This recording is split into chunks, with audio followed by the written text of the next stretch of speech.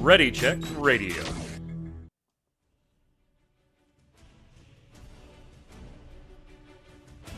Stand by as we get ready to serve up all your news this week in the world of gaming. Welcome to Gaming Gumbo.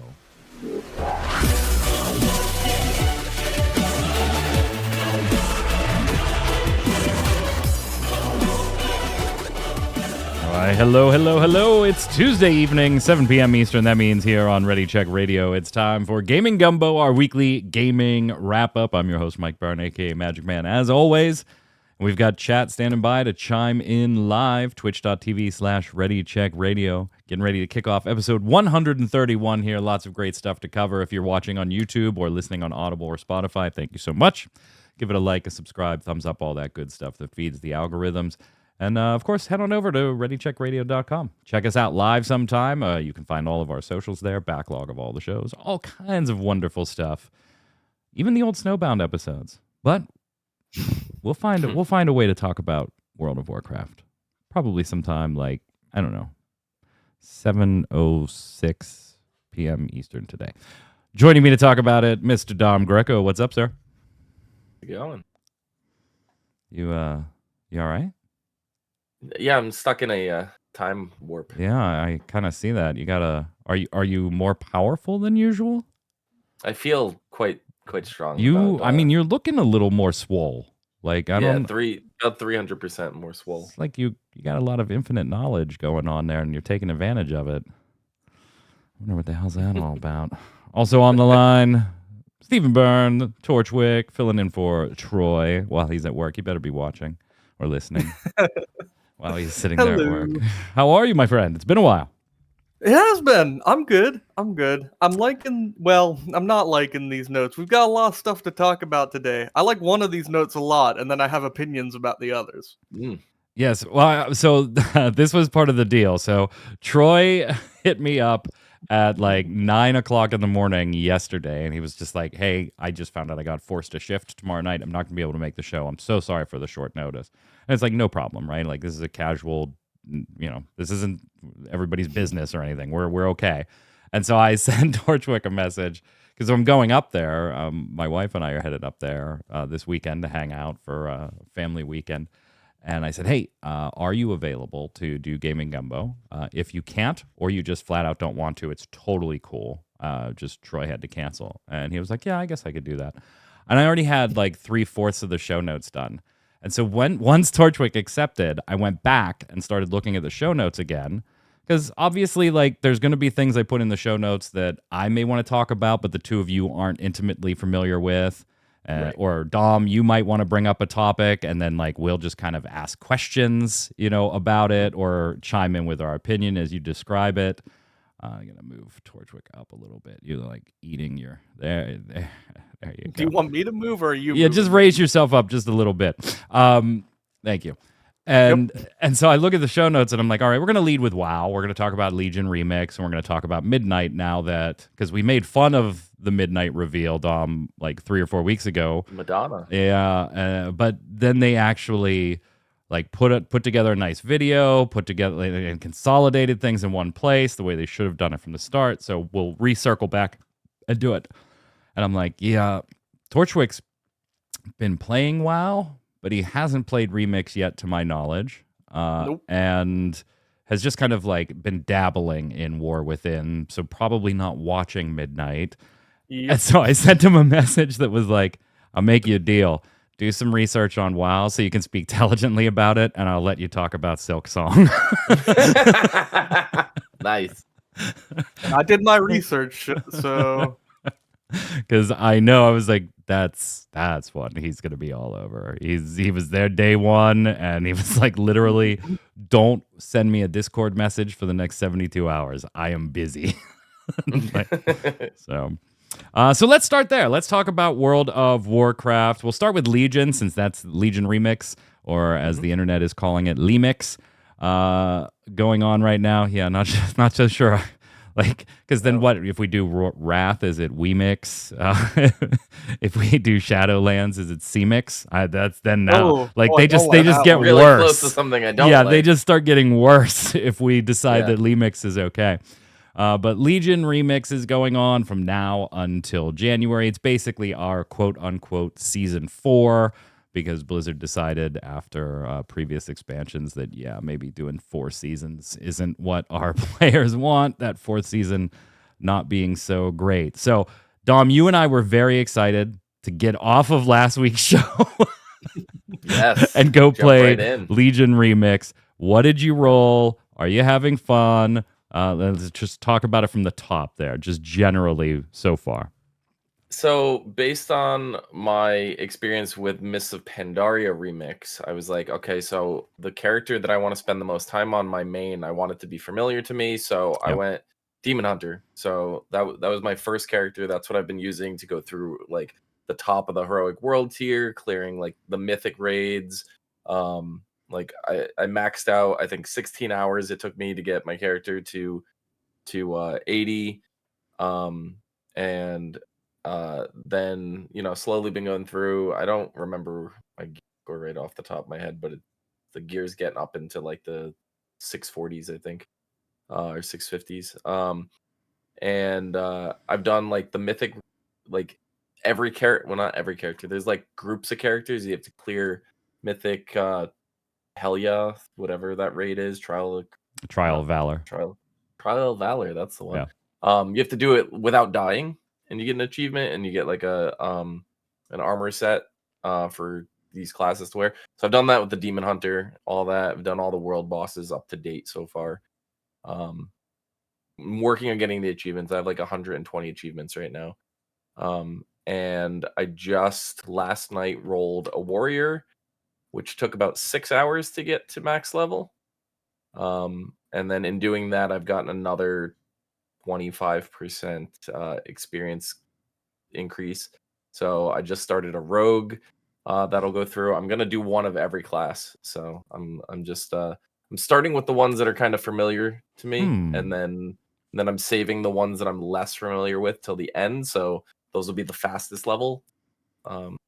So I just kind of plow through Yeah, those. that's weird because I kind of took the opposite tact with this. Now, obviously, like in these remix things, if you're not familiar, it's revisiting a World of Warcraft expansion exactly as it launched for the most part, right? There's a couple added little story beats just to kind of explain why you would be back in this area again and nobody's reacting to you being there because you've already been there. So there's some like, timey-wimey there stuff, Torchwick. That they just like, here we go. But the Deus magic Ex word. Machina, it's time travel. Here we go. But the whole point is there's specific cosmetics, specific mounts, specific toys, specific achievements, and it's a power creep game. You will be broken. Like you will absolutely be a broken character at a particular point here because your power increases just continue to snowball. And as you're gaining more and more, you start gaining them faster and faster. Like tanks are rolling around right now at 50 and 60, and sometimes if they've been really sweaty, 70 million hit points. A typical tank, Blood DK obviously is probably a little less, but like my Druid tank in the War Within at over 700 gear level is like a 28 or a 30 million-ish hit points. So we're talking massive power and then compounding experience buffs that are warband wide. So right now I think I'm at like 140 some percent or something like that. Dom, it sounds like with the extra 25, you're closing in around 150-ish, 160-ish as well. I can look. I'm at 187. Oh, geez. So, yeah. And then any character you roll. So I took the opposite tact, Dom. I was like, what characters would I like to have an 80 of, but I know I'm not going to play all that often? Or like, what characters have I never rolled simply because I don't want to re-level that that particular class? I'm not interested in playing a priest, right? Either as DPS or as healer. But I'd like to have a 80 priest. Why not? Like I never had a Death Knight at max level. So I started with Death Knight, went tank just so that damage queues would go faster or dungeon queues would go faster. And I'll tell you what, I did not play in MOP Remix because that was pre the War Within, and I had come back to World of Warcraft in War Within. Yeah. I'm enjoying the hell out of this. There are some things I don't like about it, and some things that they've tweaked already, and some things that they're going to tweak right before the show. It's not in the show notes. DPS and healers, yes, you are getting buffed next Tuesday. You have to, because right now the 5 tanks mythic keystone meta is not good. No. Like the plus 30, plus 40, plus 50 keys, those are being run by groups of 5 tanks, and obviously that's not good because the power scaling on DPS isn't quite working at those high levels of mythic pluses. But the fact that you're even running 30s and 40s and 50s like gives you an idea of how broken the system is. Torchwick, there's an achievement for a title to finish a 40. So yeah, one of your infinite knowledges is based on completing a +7. And in a +7, there's a wide swatch of the WoW audience that will never clear a +7 in retail. Yeah. After some hours here, you'll solo a +7. Yeah. We're in here with +40s, 5 tanks. Exactly. Yeah. That's beautiful. Yeah, that's the meta right now. Any other MMO, just hearing that is wonderful. That's the meta right now. That is the meta right now. They did change. Speaking of mythic changes, Dom, did you notice that they dropped gear from the dungeons? It's no longer the part of the loot tables. Yeah.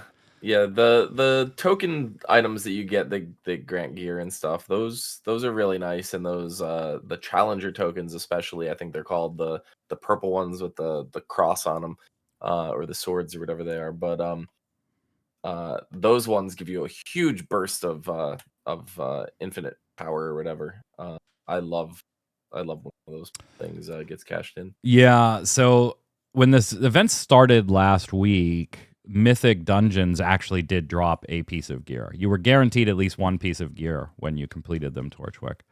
Okay. You could get more, but you were guaranteed one. Now, every other piece of gear in this game scales, potential loot gear scales off of your current equipment. Mm-hmm. So it's always trying to give you like something that has a 3-point upgrade, right? I feel like it somehow broke. It did break because the only thing that wasn't tied to this idea of scaling off of your power, and it scaled when you picked it up. So people that, if you were hoarding chests to open later, that didn't work. When you picked it up, if it was 600, it was going to stay 600, even if you opened it when you were 650. But the Mythic Dungeons worked differently. Like a +30 was guaranteed to drop a piece of, and I'm making up these numbers, so don't quote me, WoW fans. Like a +30 was guaranteed to drop a 685 piece. And so if Dom and I had characters that were geared enough to 2 or 3 person this, we could just have you sit by the door, right? Clear this joint out. You'd get a you'd get a 685. We'd go to the now we have a 32 key. We'd go and you'd get a 87. Now we have a 34 key. We go when we keep going until we can't 3 or 4 man it for you anymore. You've picked up 4 or 5 pieces, and now that you have a piece that's in that 685, 686, everything else that is dropping for you is based on that highest gear point, and so you bypass a shit ton of the gearing process. And they took this out? They did. So now Mythic Dungeons just give you more of the chests and currencies that are normal scaling. That's good, but that makes me sad. I wanted to skip to +30. People were multi-boxing like crazy. They literally were. They were literally multi-boxing, bringing characters in, parking them at the entrance, and then just clearing things. Dom, you can correct me on this, but I think something similar happened with this at the beginning of MOP Remix too, didn't it? Because I seem to remember them going back, and I don't remember how stiff the punishment was on people that got further ahead of the curve, but they did scale them back a little bit, and then they gave everybody else a boost to kind of catch them back up to that group too. So Miss Pandaria Remix worked a little bit differently. We didn't have keystones. This is the first time we've had keystones in a remix here with Legion, but we had everything was based on your bronze currency, including your gear upgrades. Now they've taken that out, and it's just for cosmetic purchases. But your coins, your infinite coins or whatever they are, currency. Infinite power, No, the coins that you buy stuff with. bronze. Bronze, that's it. The bronze coins, that's what you use to upgrade your gear. So what was happening at the beginning of Miss Pandaria is there was a couple of high traffic areas where you'd basically have infinite mobs spawning. Yeah, And they were just grouping and AoEing and making these giant farm groups, and you were just getting thousands upon thousands of bronze in like seconds. And people were scaling and powering up their gear that way. So they punished all those people. They reset them back to like what the average player was at, and then like gave them like a 1-day suspension or something like that. So they would be even further behind. But yeah, so it's not quite the same. That was more of a straight up exploit. This Right. took some coordination. Yeah, definitely does. Go ahead, Torchwick. So the whole idea of these remixes, kind of, that's a power fantasy, yeah? It's absolute. It's an absolute power fantasy. Okay, and do people care about, like, our world first seen the remix? Do they matter? Does anybody care? Nope. Then why are we punishing people for getting power in a power fantasy? Well, Like, is there that's some the wider interesting thing, problem? and I'm glad that Dom you were able to provide some insight onto this, because they have nerfed 1 or 2 bronze hunting grounds in Legion Remix so far. But again, you're only farming bronze, and since it's only used for cosmetics this time around instead of cosmetics and power, or power instead, really doesn't go ahead farm the bronze. Now you are at the same time farming infinite power as well, which does essentially buff up your artifact weapon. But this was clearly not that, right? This was how you built the system. Okay, here's a way around the system. And if I can get a group that can 3 mana plus 30, why is reaping the benefits for a friend of ours who didn't have some time to play earlier this week, catching him up to us, why is that being frowned upon? Then there's the other side where you're like, well, hey, a lot of those people were multi-boxing alternate characters. Like, so. Yeah, but I mean, you can't be taking it that seriously. This is the whole point, isn't it? Like, unless, and it could be a thing of I'm missing context, right? Like, No, you aren't. I don't get the wider picture. No, here. you're not. It is an absolute It power wasn't causing fantasy. any other problems? Yep. Nope. Like, It was just people were gearing ahead of what Blizzard's anticipated curve was. I hate fun. Well, the thing is, they are phasing the drops of content, right? So it's not just like, here's the entire expansion as it was when Legion ended on day 1. Here's how Legion began, and now you have the .1 patch coming next to what was essentially the .1 patch. There's some key differences. It doesn't line up directly, but like the Return to Karazhan dungeon, which Dom, I still remember you and I, the day that dropped, we were like, come on, yeah. like we didn't care about any raid when Legion launched. Dom and I just wanted to see that mega dungeon. That's it.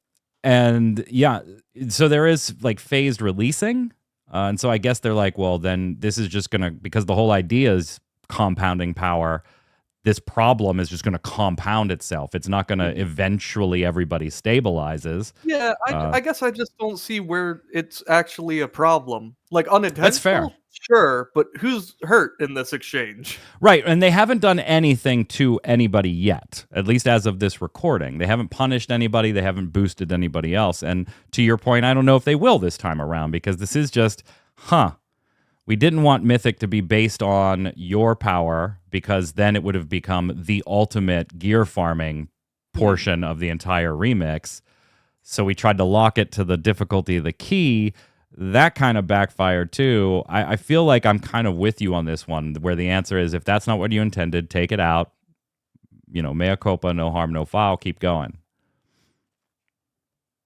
I guess we'll just have to wait and see. Like, my problem is only a problem if they punish people, so... Yeah. Right. Yeah. And outside of like leveling characters right now, I'm all caught up for all the content that there is for right now, all the achievements, all the pets, all the toys, all the mounts. I did not buy any cosmetics yet. I bought the Cenarius Spalders from that raid. From doing Xenians. the getting the Satyr horns from Emerald Nightmare. I bought those. So did I. They're that gorgeous. Was the only, they are. That's the only cosmetic I've purchased so far. But I'm just holding my bronzes. Not that I feel like I'm gonna be in a tight spot, but I want to prioritize the mounts, pets, toys, those things, because that's what I collect. And then at the end of the phase, once phase 3 gets dropped, I get all those. Then I'll start buying all the cosmetics. Yeah. I've been buying the cosmetics that I was really interested in, those and some of the other ones. There was a bunch that I was like, I was I was just farming some of these before Legion Remix was fully released as far as what would be there, fully revealed as far as what would be there. So I do have quite a bit of like raid ensembles that I was already farming, that it was like one piece missing. And I'm like, do I really want to spend the bronze on this, or do I just want to go back to regular Legion when this is over and farm that Nah, fuck it. I'm going to buy it. I'm just going to buy it. Just get this over with. Some of the mounts are incredible. The fell themed class specific mounts in particular. Oh, they're great. They are gorgeous. They are easy to get too. In fact, they are free to get for every character in Legion that you get to level 80. So if you take a priest to level 80, you will get the priest mount and the priest achievement for free. If you only want to play that one character, that's fine. All of the other mounts are 20,000 bronze each, which is nothing. You can have a one-day farming session of just doing quests and stuff, and you will have enough to buy all those mounts if you want them. Or you could contribute to your alt army, because damn does this experience compound. Like, it gets really I will have stupid. one alt, because I'm going for every achievement in Remix. I want every single one, so I will have to level one of every class, with the exception of Evoker, which there was no Evokers in Legion, so they just don't allow you to even make one for this expansion. I started with a Blood Death Knight, and then I have a Rogue created as well. So again, like hitting those classes first that I never had any real desire to play, but I would like to have an 80 on the account. That's what I'm doing. And I'm also kind of prioritizing race combinations that I don't have, so I can get the heritage armor. So you gonna hop in, Steven? I've been thinking about it, but also I kind of just took a break from WoW entirely for a little bit. Yeah. Well, your mother hit 80 finally. Bad timing is all. I saw. Yeah. Congrats. Your mother has her first MMO max level character ever after she got robbed by gold sellers all those years ago. Oh no. She played I think it was probably back in the Burning Crusade Wrath era. Because it would have had to have been, because the level cap was 80, and she had kept playing. No, I think it was 70. So it would have been BC, right? And she got to 68, and she was very close. And then she stopped playing for a number of weeks. And then she tried to log back in. This was years ago, right? And it turned out that her account was banned. And so she had to contact Blizz. Back in that day, it was by phone. He contacted Blizz. They wanted like copies of her ID emailed or faxed. Yeah, they would have accepted a fax at the time. So she sent it in. Turned out her account was hacked by a gold seller that was using the account. So they rescued the account and they restored it for her and everything. And she was very excited because she was going to get back in after taking a month or two off. And she booted up her character or her game, and it was level 70. Because the gold seller was like, I can farm a lot more gold with a 70 than I can with a 68, and it's already 68. Let me just finish this off in half an hour, and here we go. She has, to this day, always been pissed about that. Always. So she just wanted to get, get back in. And now she finally has an 80, and I think her remix character, because she didn't start until like 2 nights ago. She was trying to get to 80 first. I think her remix character is already like 45 or something like that. So this is a little curveball, but Mike, I'm gonna ask you. So you missed Mop remix. We're in Legion remix. Yeah. What would you like to see now for the next remix? Yeah, so that's a good question. And ironically, before the show, I was running Trial of Valor Mythic, and it's so brain dead you don't have to pay attention to mechanics at this point if you get the right groups. That's what we were talking about, like what would be next. I personally would probably like Wrath, but there's probably additional challenges with making a Wrath one work that they would have to figure out. The group would kind of leaned more into a possible Shadowlands one, which would just be... That's what I would like, just because I want to see the tiers. Just want to see the tears of the collective community just crying about more Shadowlands. I don't know if I would. Yeah, I don't know. Yeah, there would be anger at Shadowlands, but some of those cosmetics in Shadowlands are That's what I'm bitch to saying. farm for. The cosmetics, the like, think of all the rethemed cosmetics that we could get, Right. like the mounts and stuff. Oh, it'd be Right. great. I want a remix just so I can easily get my mounts. That's it. Yeah, that's it. That's what I want it for. Yeah. That's I mean- all I use it for. Yeah, More Torchwick, power you'd to you. absolutely love it. Torchwick was always one of those kids growing up that was like, "What's the God mode cheat code?" And I'm like, "Just play the damn game."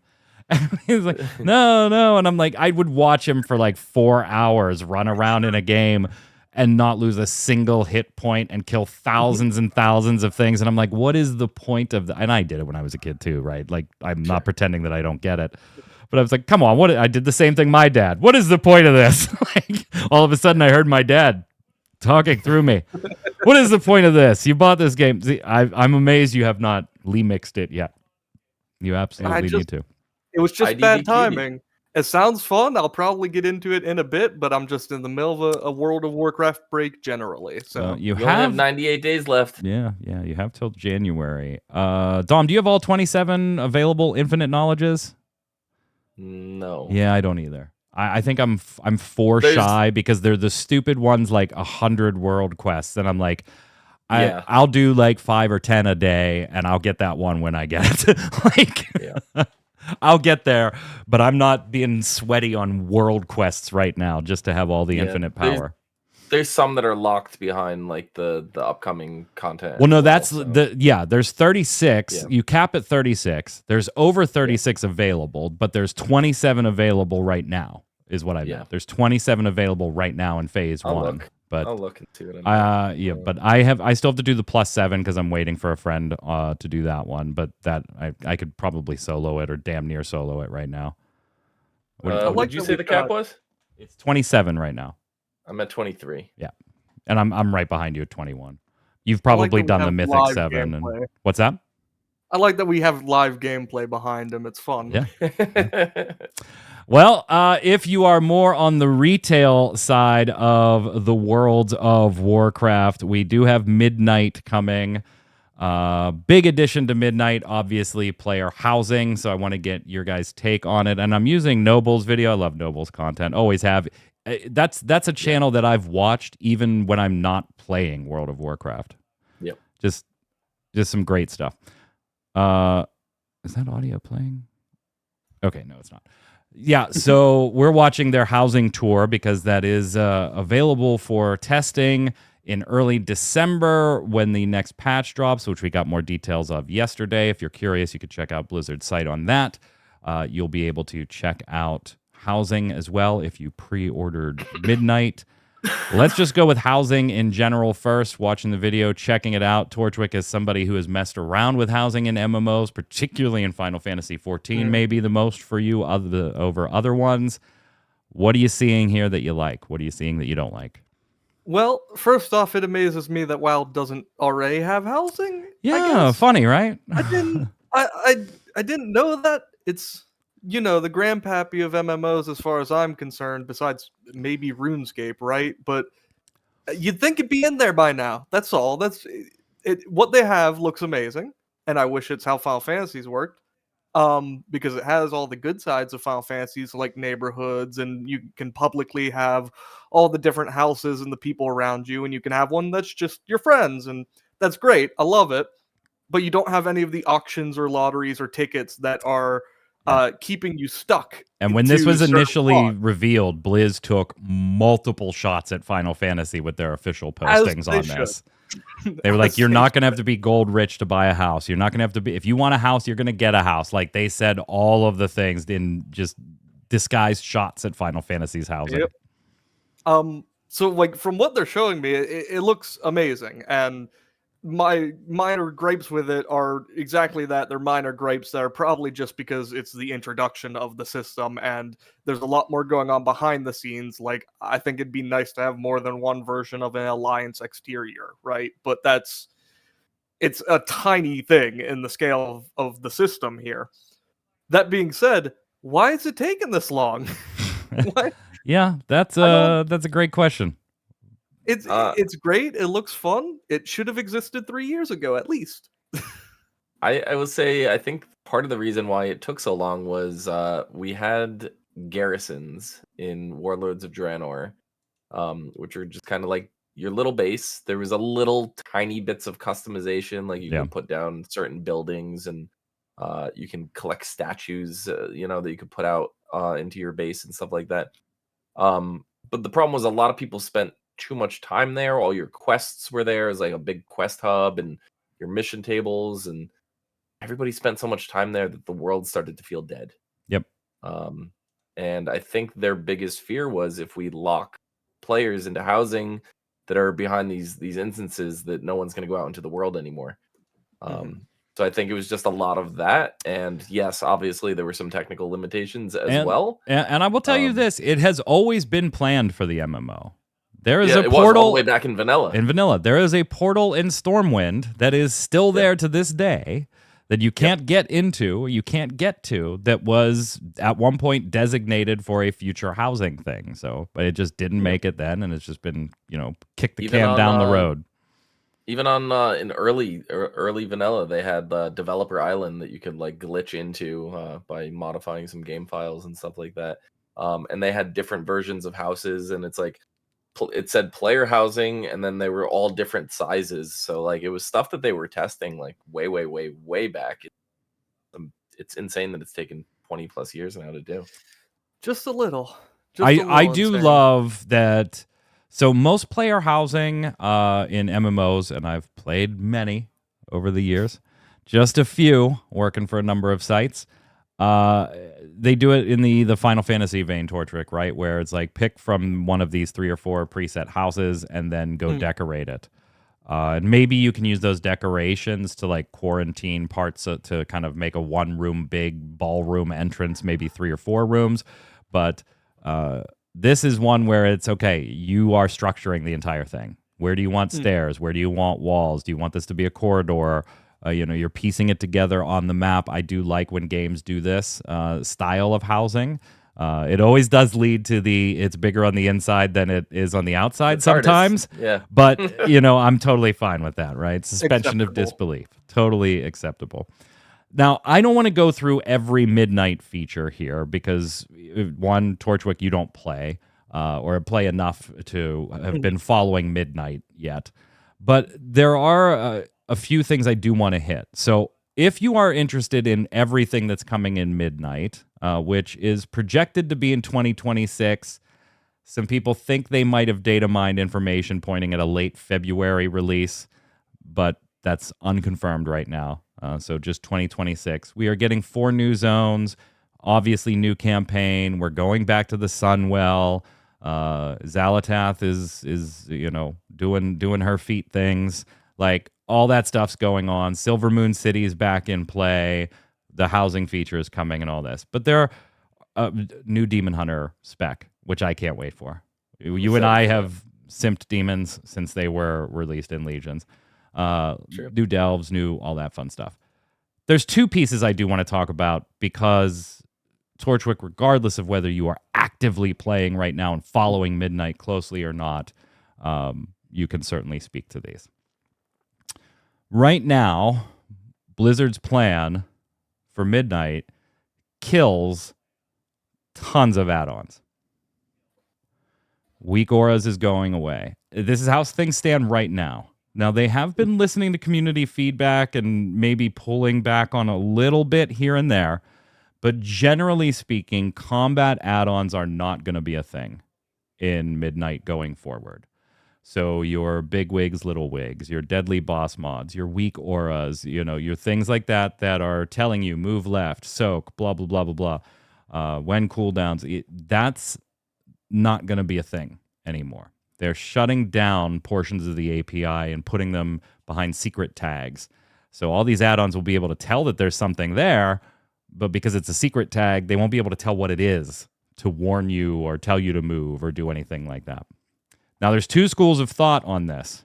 One is that, well, and this has always been a little weird, right? You're telling your friend if they're going to do more difficult raiding with you when they want to play, that they got to go get something that isn't in the game to be able to do it well. Has always been a little weird. But the combat design has always been made for when we do these increased difficulty things. And again, you don't need add-ons for all of it. And then some would argue you don't need add-ons for any of it. That's fine. But the benefit of them being there cannot be understated. And the fact that they're there impacts the way encounters are developed can't be understated either. So with these being taken away, Ian Hazzikostas and the team have had to say, our encounter design is going to change too. We've shied away from things that we called intelligent mechanics, where maybe there's a little aspect of puzzle solving or positioning, or it's not a straight DPS check. It's nothing like that. Maybe we can get more into those because we couldn't do a lot of those because something like Deadly Boss Mods trivialized it. It would just say, U5 go here. And now the player isn't really experiencing the mechanic. So some people are okay with this. Chirac, one of them, saying 15 years late. I'm okay with it but I'm okay with it both ways. I've never really been one that favored one or the other. I play Final Fantasy and I do things that way. I play World of Warcraft and I do things another way. But where do you fall on the whole add-ons thing? Classes are going to change too because there's a lot of micromanaging of abilities right now, because they have to inflate encounters with some mechanics to actually make them challenging in an add-on world, that it just kind of snowballed. No more. We're going back. Let's see if that's good or bad. Where do you land, Torchwick? So I'm definitely on the side of I personally don't use add-ons, and I don't think that they should be, again, not necessary, but de facto required. Yeah. Yeah, and I'm not gonna lie, that comes from my main game being Final Fantasy, where we just can't use them. You're not allowed to. I mean, you can keep your lips sealed and nobody's gonna ask, but it's so that's my train of thought there, is I'm not gonna use them, and I'd like designs for the encounters to be in a place where I don't have to, or I'm not expected to, at least.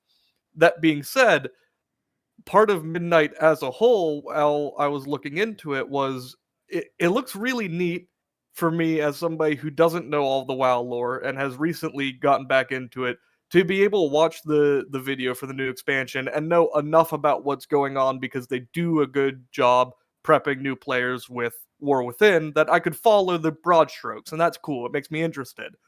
And then they hit me. Speaking of that, if you do need those last couple of nuggets, Lore Walker Cho is getting the Midnight stuff in December, right? He already has the War Within stuff where you have the Lich King and the Ethereals and Xalatath. He'll be getting the Trolls and Silvermoon City and something else in the beginning of December in that patch. Good. But yeah, they do a good job with War Within giving you that info, and it gave me enough to get excited for Midnight, because I could follow the broad strokes of it, watching the expansion videos and reading about it. And then you tell me that, hey, by the way, a lot of the class gameplay is going to change, and we've got a lot of abilities that aren't going to exist anymore or are going to be reworked. A lot of, spenders and adders are going to be moved around. It's all in service of this add-on decision, and that hurts me because I was excited, and now I'm like, I've spent so long learning how your max level, in my case, a demonologist warlock works, and I'm new enough to the game that those minor changes are going to feel like a complete rework, Yeah. even if they are only minor changes. And so I agree with no add-ons from a personal use standpoint, but the knockdown effect of that has really dampened my excitement for the next expansion.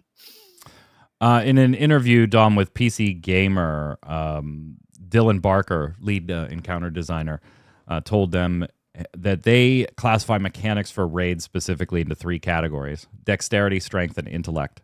Dexterity is, we're going to ask you to dance, right? Strength strength challenges pose like a DPS or a healing check.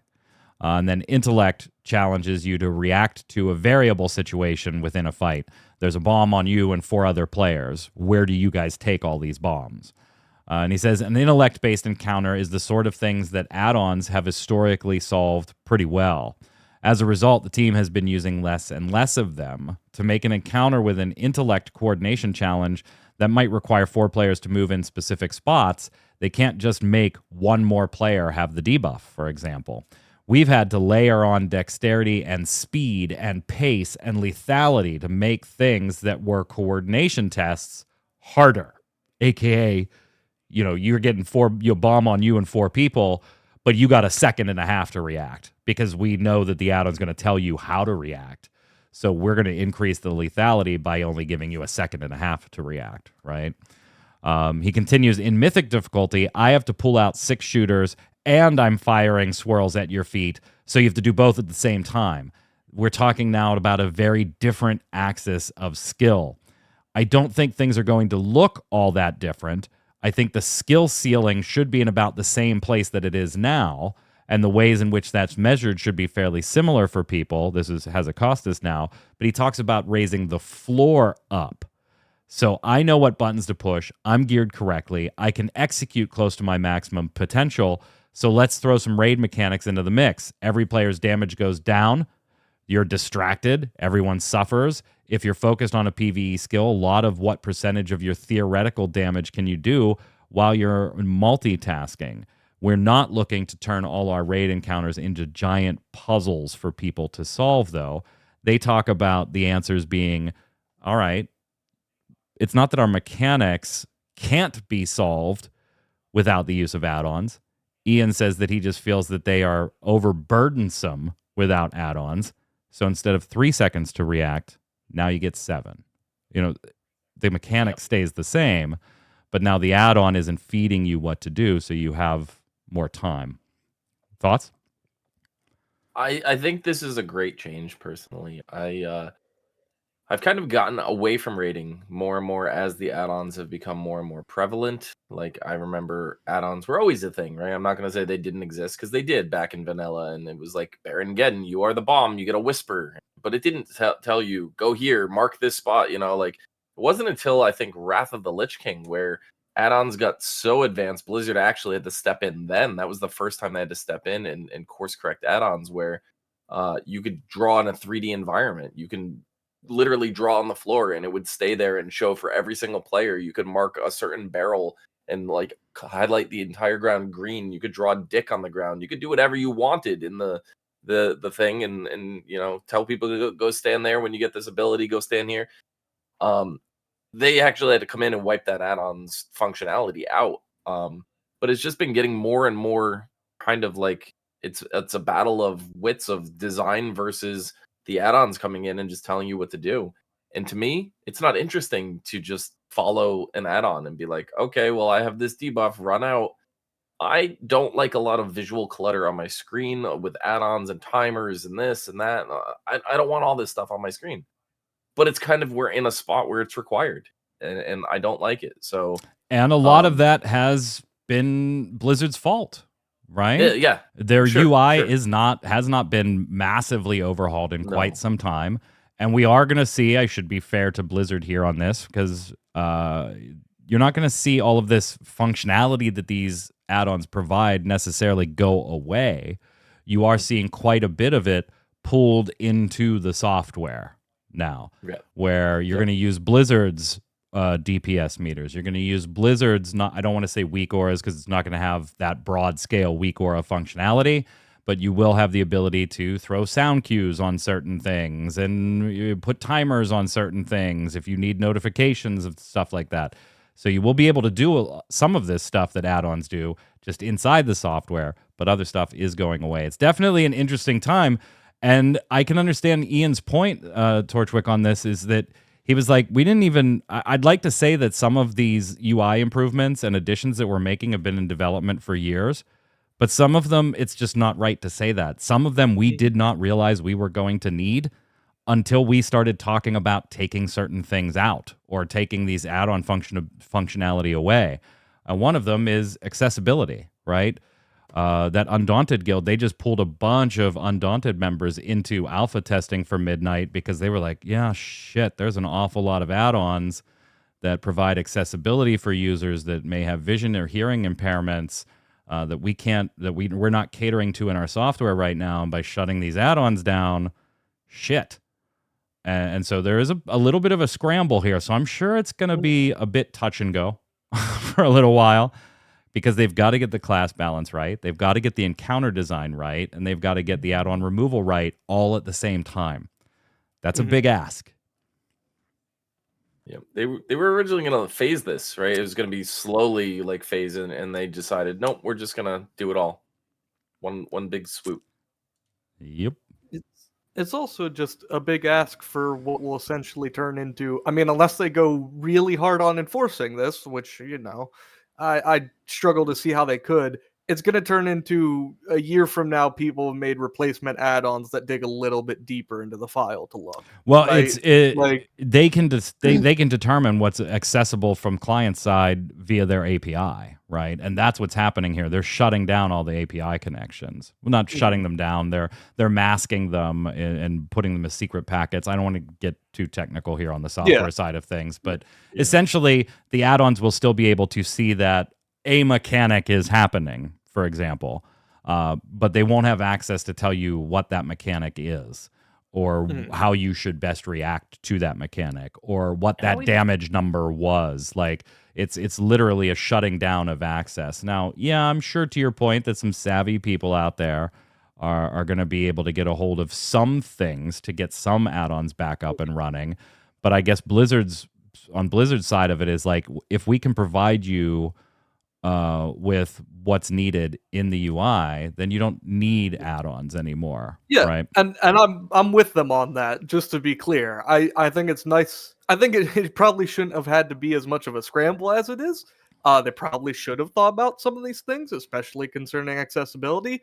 But it's nice to see that when it was mentioned, they were like, "Oh yeah, that's on us. Let's get that up. Let's fix that." Shirak, you bring up an interesting point, because I'm going to tell you what their response to something like this was. Shirak says mods based on a visual cue.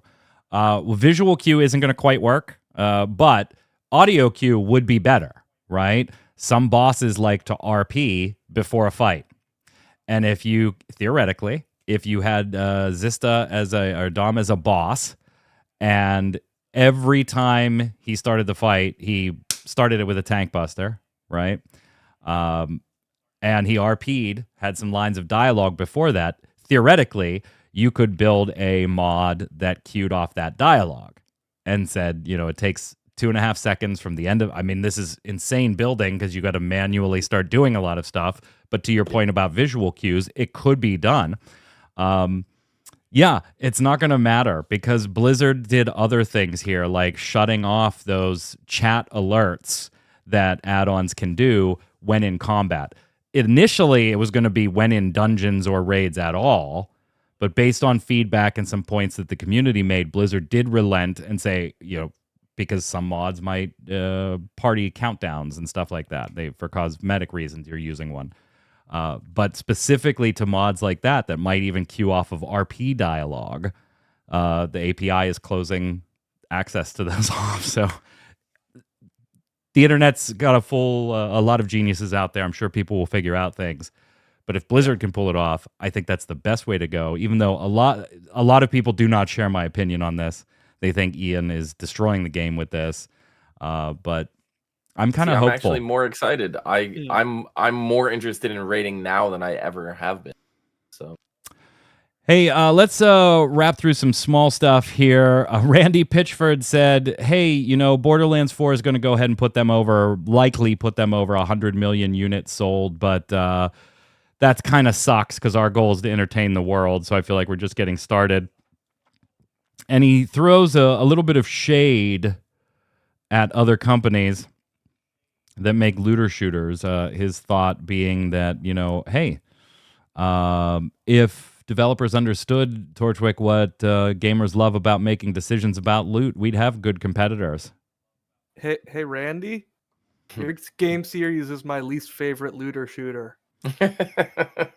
So you're not doing it. People are people. They'll have different opinions no matter what you do, man. There isn't just one formula. I hate that I have to dig through the trash in your game to find one good weapon, because you keep throwing so much trash. Granted, looter shooters in general, not my genre, but I'd much True. rather I was go gonna play Warframe say. or Destiny. I was gonna say. Like- to be fair, like you're not a looter shooter guy. No, but I mean, we have a because couple, I right? played- Like the Destiny, the Division series. Obviously that one's a little Showdown. slower. Division 3 is in development right now. Yeah, he's he likes the idea of gratifying decisions being made. Where even if this gear piece that just dropped is a little less powerful than stat wise than what you have on, that there's still a compelling reason why you might want to wear it. And that people like making those decisions in gear rather than just see number bigger, take bigger number. But then it's ironic, by the way, because IGN, the same site that did the interview, also did an interview with Siphonic 4’s, who is a community member, content creator that was doing research, just loves numbers, and has done this for multiple Borderlands, and did research for Borderlands 4. And the tables are available. You can find it on IGN's site and everything, where basically it boiled down to, for any given, after thousands and thousands of boss kills and tracking and looting everything, Borderlands 4 has a drop rate for any dedicated item at about 5%. At about 5%. It's not great. Not great. He thinks they think it should be 10, by the way. That's their sweet spot after doing this. That is right around where Borderlands 2 was, which is generally, kind of considered the best Borderlands by most Borderlands fans. And if you look at the math, a 5% versus a 10% drop rate is, fine. It's double when you talk about the sheer numbers of it. But when you start looking at outliers, that makes a huge difference, a massive difference, right?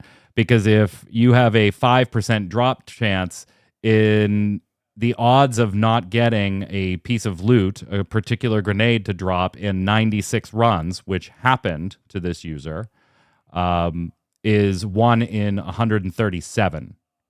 If you make the drop rate 10%, it becomes 1 in 24,703. So he thinks that's the sweet spot, is that 10%. When you're chasing something, it's still going to feel like a chase, but you will get it much sooner than you won't get it. So you take the good and the bad with Borderlands, I guess. All right, Torchwick.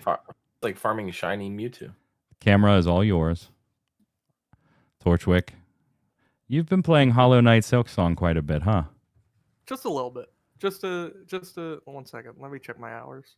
That game's too hard. It is very difficult. I haven't played it. Just close to 60 hours right now. Okay, so not crazy. Like you haven't gone full sweaty on it.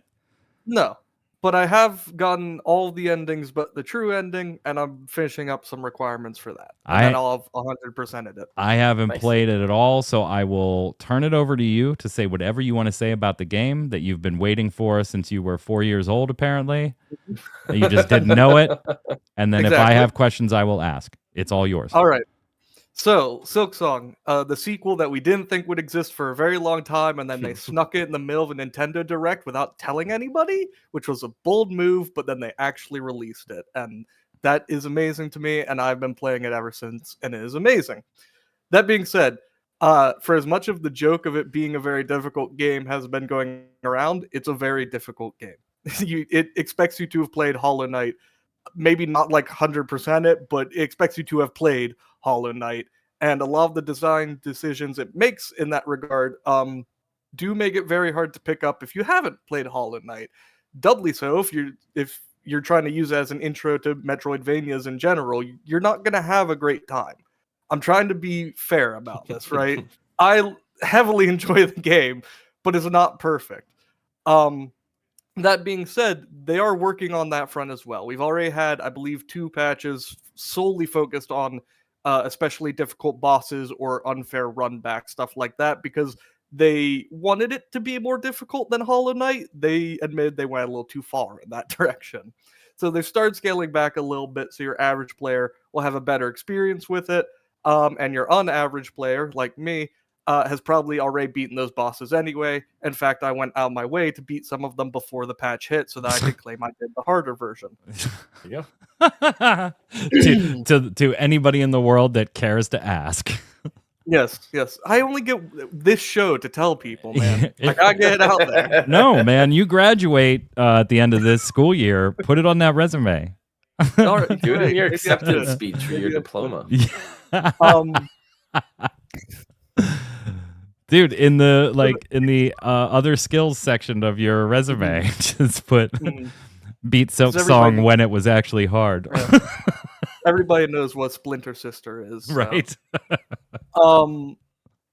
So yeah, it's a great game. I'm having a great time with it. It's also one of, if not the biggest Metroidvania I've ever played, both in terms of content and also the map is just so large. I'm trying not to swear here. You can swear. My instinct was to say it's just so fucking big. Yeah. Like it's insane, and a lot of that is hidden away behind requirements for the true ending or just secret areas. Like a lot of it you'll never even go to if you're not going out of your way to be completionist about it. So that's the pitch. That's the long and short of it, right? I'm not gonna get into too specifics, both because of spoilers, but also because, like, if you want to play the game, go play the game, right? It's either going to work for you and it isn't. And I don't understand how you haven't played Hollow Knight, or, well, you can't get into Hollow Knight. Yeah, I don't know. You know my don't get it. absolute insane love of Metroidvanias, but I tried starting the original Hollow Knight at least 3 different times that I can think of, and they were very spaced out in between each, so it wasn't like, and it's not that I didn't enjoy what I was playing, it just didn't give me that, well, I got to see the next room. Well, I'll just find this thing and then I'll make it to the save point and then we'll pick it up tomorrow. Like, it just never did it. It wasn't bad. I thought the game was beautiful. I love the sound design. The combat was fun. Just didn't get its hooks in me. I'll try again. Well, that's actually why I brought it up, is if Hollow Knight doesn't do it for you, Silksong probably isn't either. Oh, no doubt. Similar enough in build. Yeah. And again, with Silksong kind of having expected you to play Hollow Knight, at least somewhat, it's in a weird limbo for me, where it's this amazing game. It's become very popular because of the jokes about it never existing, and then it just gets dropped. And then immediately it's hit with, like, this is way too difficult. What is going on? And the people saying that aren't wrong, right? It's just this weird limbo space, and I want to warn people a little bit that that's where it is right now. If you can't get into Hollow Knight, or if you just it couldn't grasp you like it did the way for Magic Man it didn't get him, then this isn't going to do it for you either. And if you want to get into the series, try Hollow Knight first. I have like 8 hours in Hollow Knight, and I really enjoyed the game. I just got busy, I got distracted, and now it's like I forget everything that I've done. I kind of want to start over again, Then start over. Have fun. Yeah, well, I know, sure, but I'm busy with Remix right now, so Fair. Have you guys been watching Crimson Desert at all? no. I haven't, and I wish I had been, because that video was amazing, and it looks like a game I'd really enjoy. Yeah, so I remember the first time I heard about Crimson Desert was years and years ago. I got it from Pearl Abyss's PR team over at while over at MMO Bomb, and they didn't give any information besides it was something in development. And I'm like, well, is it an MMO? Because we only cover MMOs. They're like, we're not ready to release that yet. It's not. We now know that it's more of a RPG. But yeah, if you have been watching Crimson Desert and you're looking for something neat, IGN put up a video yesterday of a fight with a mechanical dragon. So if you're watching the beginnings of this trailer, which I'm not going to spoil the dragon fight for you, and you're like, hey, that's kind of like steampunky and medieval. Yeah, you're right. Wait till you see the mechanical dragon. Like, looks pretty awesome. I don't know if the game will be any good, but it looks cool. Looks cool. Yeah. Xbox, by the way, has confirmed that Target and Costco and Walmart still sell their product, by the way. In case you heard that rumor this week that they were taking things off of shelves, that's not true, and Xbox actually responded. I feel like when you have to respond to these types of things, you're already in the losing side of the category, but maybe that's just me. The same way Amazon didn't comment when they stopped selling Nintendo Switch 2 products. Right. Rise of the Angry Earth, the first expansion for MMO New World by Amazon Games that came out basically simultaneously with the console launch of the game. That is finally free. It always should have been. Yeah. It always should have been because riding mounts was tied to that expansion. So, yes, it is finally free. That comes as part of the Night Haven patch, which went live yesterday. There's been a bunch of tech issues and people pissed about not being able to get in servers. But on the flip side, people that have been able to get in and playing through the new story content, I've seen a lot of positive opinions out there. And, you know, anytime your Steam charts trend at around 5K per month and then hit 36,000 for the patch, that's always a good thing, but you got to keep them there. And hopefully Rise of the Angry Earth being free might help. Here's the bitch of it. The base game is still $60 goddamn dollars. Ugh. The expansion, Night Haven looks beautiful, though. It looks absolutely gorgeous. I'm amazed New World I can't still justify exists. $60, but I'm kind of amazed New World still exists, too.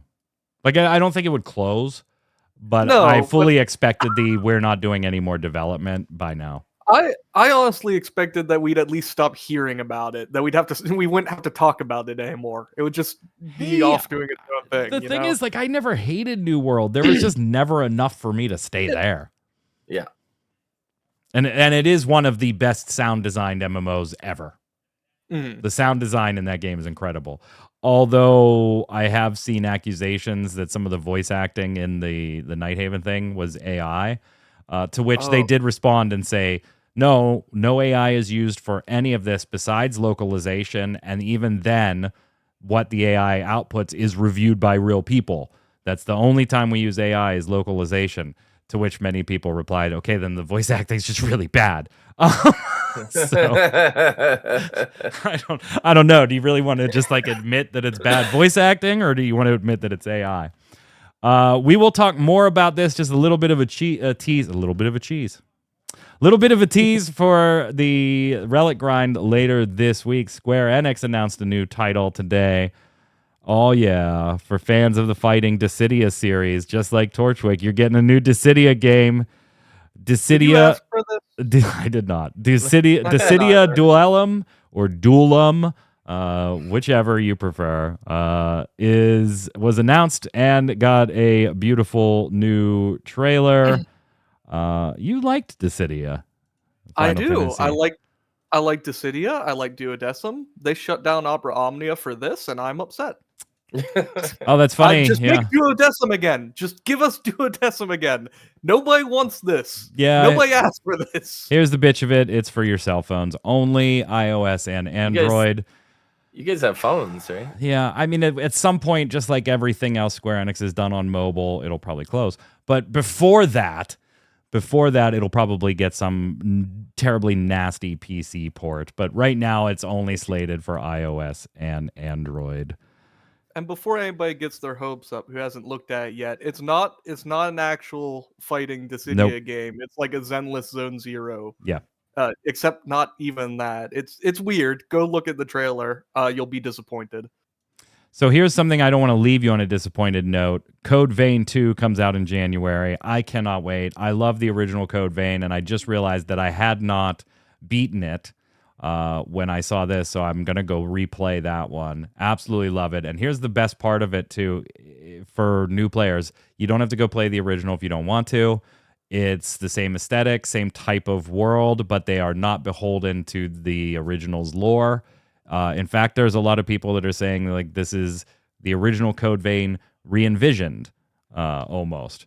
So it's you don't have to know anything about the first game to enjoy the second game. I've absolutely loved the first one. I'm so excited to see that this Souls-like is getting a sequel. You love this one too, Torchwick. I got you into this one. I never actually played more than like 2 hours of the first one. But yeah, but there was a trip involved in there though. Like you played that night, and then we had to go somewhere for a week or something like that. But then I never picked it back up again. It was just one of those ones. And it's like you with Hollow Knight. It's like I enjoyed it. It was fine, but Yeah. it was a good game, well made. But I stopped playing, and then I never picked it back up again. No specific complaints. Just didn't pick it up. Dom, I see you added Five Nights at Freddy's 2 movie casting reveal. Did I get this? I have not clicked your link yet, so I will just ask you.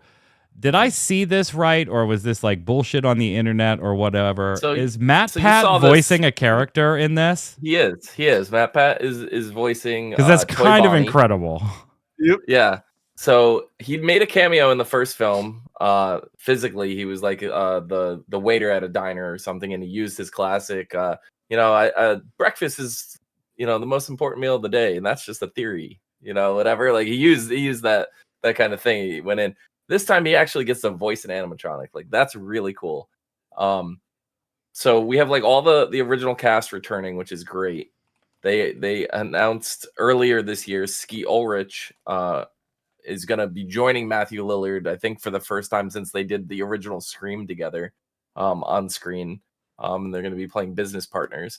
So that's going to be really fun. But yeah, so with the addition of Matt Pat playing Toy Bonnie, we're going to have Kellen Goff as Toy Freddy. Kellen Goff does a lot of the voice work for Freddy in the games. He's Funtime Freddy in like Sister Location.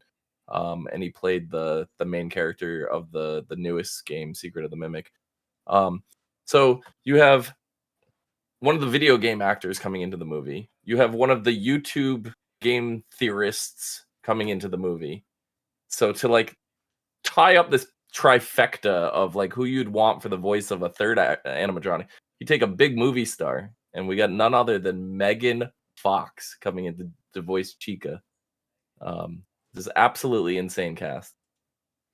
Yeah, he was actually trying to talk to Congress about creators' rights and everything, and he just did an interview this past week where according to his point of view, he didn't get the chance to do that because he really wouldn't take sides. His exact quote was something to the effect of that he didn't get to testify for creators' rights because he was too bipartisan, and the people he was talking to wanted him to pick, my side or their side, pick, and we'll help you. But yeah, interesting. Let's head over and finish it up with games of the week.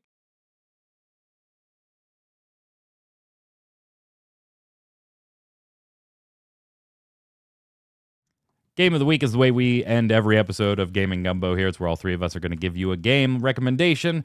Could be a video game, board game, card game, mobile game, something we're playing now, played in the past, or haven't played at all, but think you should check out. And while you're chiming in the comments on YouTube and on ReadyCheckRadio.com with your opinions on all of today's topics, let us know who gave the best recommendation and give one of your own. I'm going to go first this week, and I'm going to give you Hollow Knight Silksong. Go.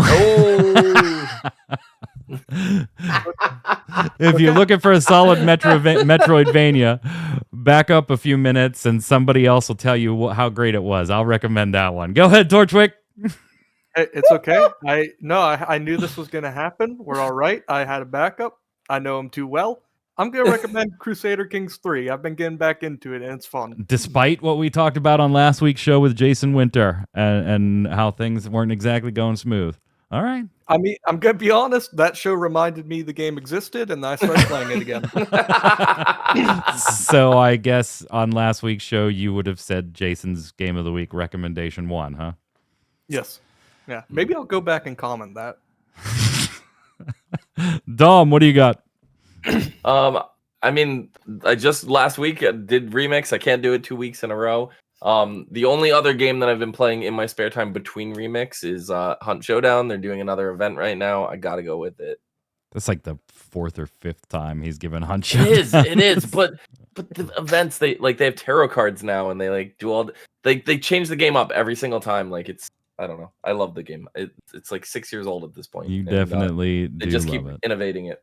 Let us know who gave the best recommendation in the comments below. That's going to do it for today's show. We'll be back Thursday with The Relic Grind, our Final Fantasy XIV Square Enix show, and then next week with another episode of Gaming Gumbo. Until then, Torchwick, where can everybody find you? Mostly here. Anywhere else where I'm called Torchwick Zero, if you look that up, unless it's somewhere I shouldn't be, then you didn't see me. Then it's not me. It's not me. Dom. You can find me down here, not at Torchwick. So Wait, that's at not Torchwick? yeah, not Torchwick. Not Yep. Torchwick. I'm Mike Byrne. You can follow me right there at Magic Man 1, but more importantly, follow at RC Radio, RAIDEO, and you'll know every time we're going live with a podcast, stream, Final Fantasy trading card game, live, locals, and more. Stay safe. We'll see you on the servers.